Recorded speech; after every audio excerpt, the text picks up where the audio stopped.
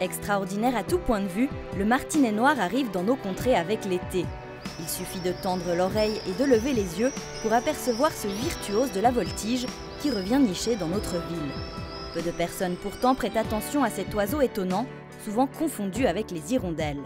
Genève Grandeur Nature reprend son envol aux côtés du martinet noir et des passionnés qui œuvrent pour sa protection. Il est plein de mystères, cet oiseau. Je n'ai pas tellement les mots, mais il faut regarder un martinet, ses yeux, son bec, sa grâce.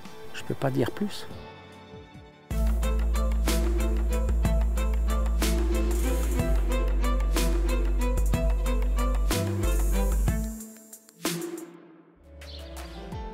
Il est 20 h et le ballet aérien bat son plein autour de l'école de Zurich. Bien camouflés tout autour du bâtiment, des centaines de nichoirs accueillent des couples reproducteurs de martinets. Au pied de la façade, Charlotte, Antoine et David scrutent patiemment les va-et-vient des oiseaux. On a à peu près 400 adresses sur le canton qui sont répertoriées. Donc chaque année, on essaye d'aller visiter un maximum de ces adresses pour vérifier que tout se passe bien. Et puis on rajoute des adresses chaque année parce qu'il y a des nouveaux nichoirs qui sont posés, parce qu'il y a des couples qui trouvent des bâtiments avec des endroits usés ou des stores qui leur vont bien. Donc c'est à chaque fois d'aller repérer ces bâtiments et de compter combien il y en a qui rentrent et savoir exactement dans quel nichoir il y a un couple qui est en train de nicher.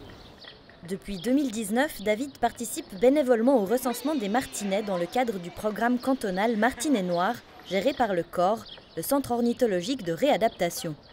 Il arrive à manger en vol, se reproduire en vol, dormir en vol, passer des années à la suite à voler avant de se mettre en couple à vie et se mettre à nicher.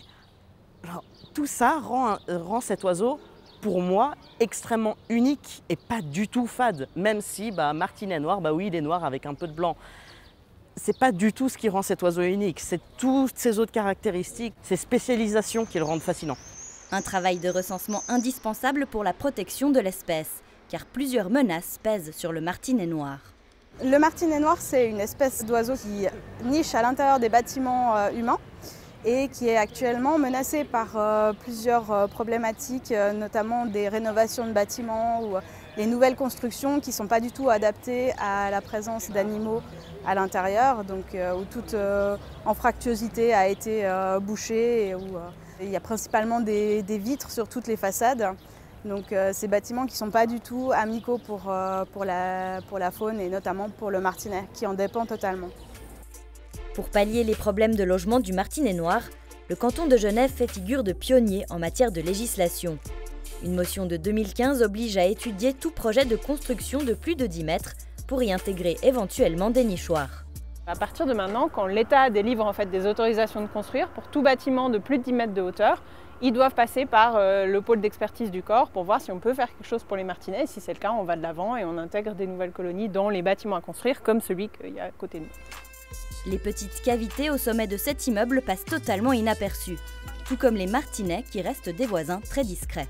Il ne crée pas de salissure, il est discret, il est là que quelques mois par année. Les cavités, quand elles sont intégrées, on ne les voit pas. Donc il n'y a vraiment pas d'argument pour ne pas intégrer les nichoirs à martinets dans les nouvelles constructions. Repérer les colonies pour mieux les sauvegarder, c'est la mission du corps, en bonne intelligence avec les acteurs du bâtiment. Ces acteurs du bâtiment, ils sont hyper précieux en fait. Pour la conservation du martinet, il y a beaucoup de choses qui sont dans les mains des acteurs du bâtiment. On a besoin, certes, nous on est ornithologues, biologistes, ingénieurs en gestion de la nature et on s'occupe de la protection du martinet, mais on a besoin de la collaboration en fait de ces acteurs-là.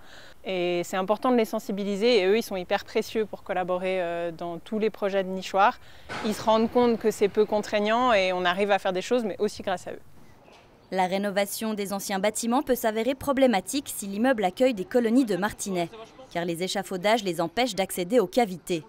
Lorsque le corps est prévenu, des nichoirs temporaires peuvent être installés sur les échafaudages, comme sur cet immeuble dans les rues basses.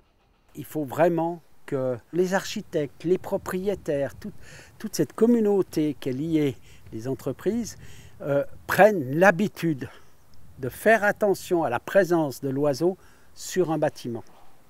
Parce qu'on n'est pas toujours non plus averti ou tardivement, ce qui nous fait intervenir en urgence et ce qui fait aussi, en somme, entre guillemets, un impact non négligeable au niveau de ces petits poussins de martinets noirs ou des nicheurs. C'est ce qui s'est passé sur cet immeuble de la rue du Jura. Piégée par les échafaudages depuis une semaine, cette colonie de martinets a pu être secourue in extremis grâce à la vigilance des habitants qui ont lancé l'alerte. L'État a dû stopper les travaux pour qu'on puisse venir faire un sauvetage d'urgence pour les petits. La course contre la montre commence pour récupérer oiseaux et oisillons piégés dans la façade. On voit qu'il y en a encore un juste là, voilà, qui bouge dans tous les sens. 16 rescapés ont pu être recueillis par le corps, dont des oisillons à peine sortis de l'œuf. La réhydratation et le nourrissage de tout ce petit monde peut commencer.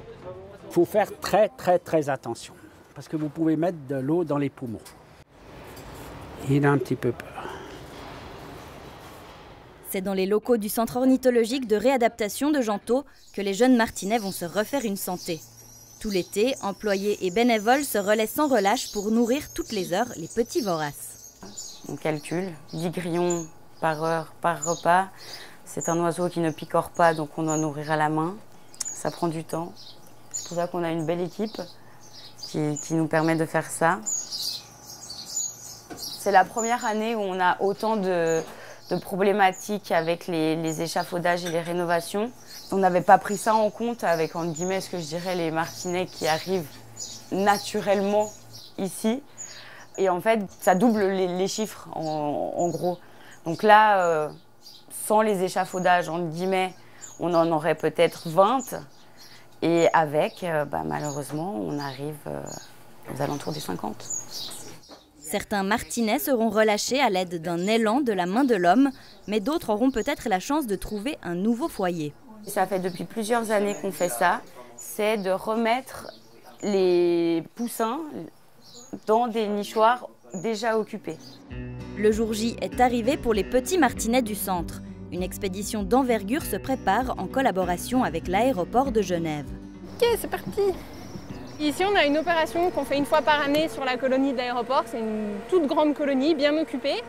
Et du coup, on cherche des parents adoptifs pour nos oisillons. Et on doit juste prendre quelques précautions, c'est-à-dire qu'on va placer des jeunes du même âge que ce qu'il y a déjà dans le nid. On ne va pas charger une famille trop nombreuse. Donc ça veut dire que s'il y a déjà 3 poussins, on ne rajoute rien. Par contre, s'il n'y en a que 1 ou 2 dans le nichoir et qui sont du même stade que ce que nous, on a à replacer, à ce moment-là, on les glisse dans le nichoir, ils sont adoptés, nourris par les parents. Et puis pour nous, en fait, c'est l'idéal parce que ça veut dire qu'ils ont le vrai régime alimentaire naturel, ils sont au contact de leur espèce. C'est vraiment le mieux qu'on puisse imaginer pour les poussins qui sont chez nous en centre de soins. Grâce à une petite caméra, l'intérieur des nichoirs est scruté par les spécialistes. Là, il y a des grandes ailes, je pense qu'il y a des adultes. Lui, par contre, il est un peu clair sur la tête, donc c'est un jeune. À mon avis, on peut mettre ça, non? On a 2 juvéniles et on rajoute un des 787. Tu le glisses délicatement dedans. Et puis, une fois qu'il sera dedans, tu vas mettre ta main contre le trou pour boucher la lumière, juste lui laisser 2 minutes le temps de s'installer. Bilan des courses, 1, 2, 3 individus remis sur 5 nichoirs que tu as dispo, donc c'est pas mal, c'est raisonnable. Le temps de déplacer la nacelle et une prochaine équipe s'envole pour continuer la remise au nichoir. Pendant ce temps, au sol, une armée de bénévoles nourrit sans relâche les petits en attente d'un nouveau foyer. Même la chef de projet environnement de l'aéroport s'est prise au jeu. Ça suscite forcément l'excitation de beaucoup des membres dont je fais partie de notre service. Et puis voilà, je trouve que c'est une très chouette collaboration. J'ai passé ma matinée à nourrir et c'est une vraie action concrète. Et je suis touchée de les toucher de si près et de pouvoir agir pour leur bien-être aussi. À l'issue de la journée, 25 martinets ont pu trouver une famille d'accueil. Pour mieux protéger cette espèce fascinante, il faut surtout mieux la connaître. Le 7 juin, au Muséum, petits et grands ont pu être sensibilisés lors de la Journée mondiale des martinets. C'est sa chambre d'hôpital, on le nourrit, on lui donne ses médicaments et quand tout va bien, on le relâche. Est-ce que tu sais qu'est-ce qu'il mange? Des insectes. Ouais. En vol. Oui. L'occasion d'en savoir plus sur le martinet noir mais aussi sur les 2 autres espèces de martinets présentes en Suisse, comme le martinet alpin. C'est une espèce qui est légèrement plus grande que le martinet noir. Et en fait, nous, à Sempar, on étudie sa migration et ses routes migratoires.